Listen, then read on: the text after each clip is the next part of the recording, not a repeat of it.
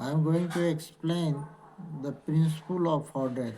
This is the Fuel's principle of management.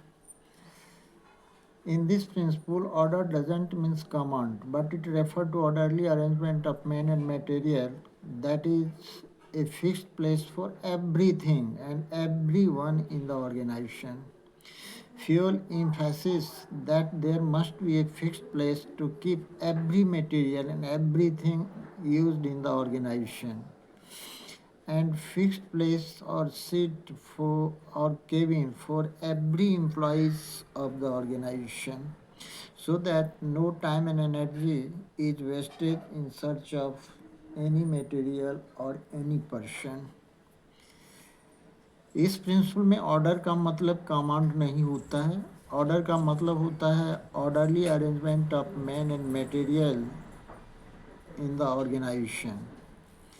According to this principle, there should be a fixed place for everything, every material in the organization, and fixed place or seat for every employees of the organization, जिससे कि किसी भी चीज़ को खोजने में, किसी भी things को खोजने में या किसी भी एम्प्लॉइज़ को खोजने में टाइम और एनर्जी दोनों का वेस्ट ना हो, दोनों आसानी से ढूंढा जा सके, सर्च किया जा सके.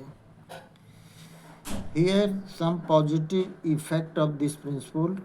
First, no wastage of time in search of men and material.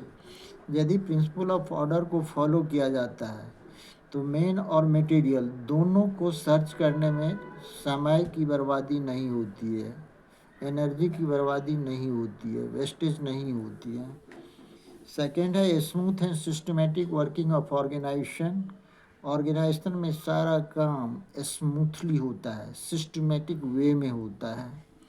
There are some consequences of violation of this principle. यदि इस प्रिंसिपल का डिसऑबे किया जाता है या सही ढंग से फॉलो नहीं किया जाता है तो इसका बैड इफेक्ट क्या है? First, wastage of time and energy in search of man and material. Man और मटेरियल दोनों को सर्च करने में समय और एनर्जी दोनों की बर्बादी होती है.